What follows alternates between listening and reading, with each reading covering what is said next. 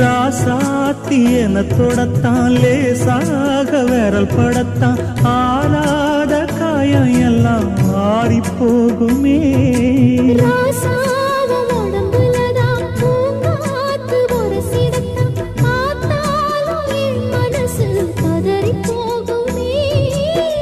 சாமியுண்டு காவலுக்கு அச்சப்பட தேவையில்லை